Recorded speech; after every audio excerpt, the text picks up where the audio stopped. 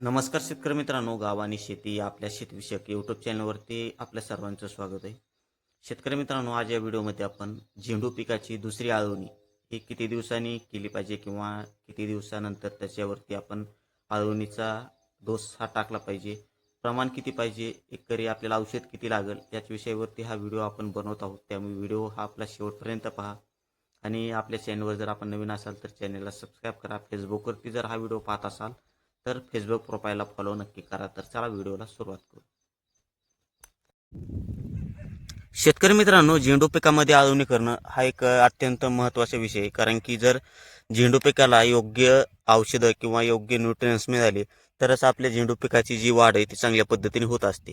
यामध्ये आळवणी करत असताना 2-3 पद्धतीने आपण आळवणी करू शकतो. त्यामध्ये एक म्हटलं तर ठिबकच्या सहाय्याने आळवणी करणं, दुसरं म्हटलं तर बुडामध्ये आपण जे औषध आहे ते टाकणं, या पद्धतीने आपण आळवणी ही करत असतो.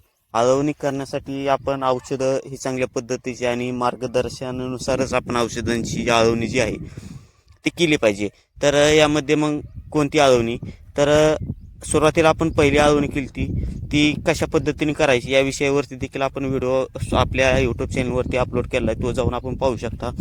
आणि दुसरी जी आळवणी ती आपण आज म्हणजे आता केलेली, त्यामध्ये आपण ठिबकच्या सहाय्याने जी आळवणी आहे ती केलेली. आपण बघू शकता आपल्या झाडाची वाढ ही कशा पद्धतीने झालेली आहे. त्यानंतर जे पण जारवा असतो, जारवा देखील आपण बघू शकता कशा पद्धतीने झाडाला जारवा जो आहे तो फुटलेला आहे. तर जो आता आपण प्लॉट बघत असाल, हा प्लॉट लागवड करून साधारणपणे 9 दिवस झाले आहेत आणि 9 दिवसामध्ये आपण दुसरी आळवणी केलेली. सर्वात महत्त्वाचं आणि पहिल्या प्रश्नाचं उत्तर तुम्हाला मिळालं असेल की दुसरी आळवणी ही आपण किती दिवसांनी केली पाहिजे. तर आपण दुसरी जी आळवणी आहे ती साधारणपणे 9 दिवसानंतर ही केलेली. तर मग यासाठी आपण औषधं जी आहेत ते कोणत्या औषधांचा वापर हा आपण आळवणी करण्यासाठी केला आहे तर तुम्हाला दाखवतो. यामध्ये आपण RCFचं 19-19-19 जे फर्टिलायझर आहे ते आपण वापरलेलं आहे. 100% मायक्रोन्यूट्रस आणि फर्टिलायझर जे आहे आपल्याला